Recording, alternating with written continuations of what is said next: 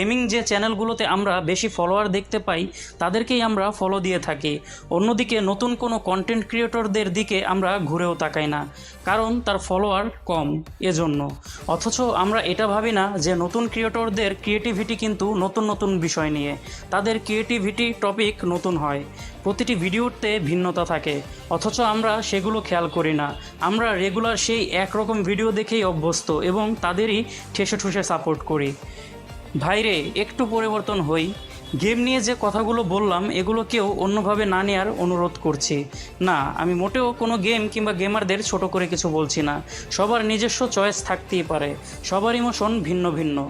আমি শুধু বলতে চাচ্ছি যে আমাদের সব রকম গেম ট্রাই করা উচিত, সব ধরনের গেম সম্পর্কে ধারণা রাখা উচিত, যাতে করে কোনো একটা সময়ে গিয়ে অন্য দেশগুলোর গেমারদের থেকে আমরা পিছিয়ে না থাকি, আমরা একটা গেমেই সীমাবদ্ধ না থাকি।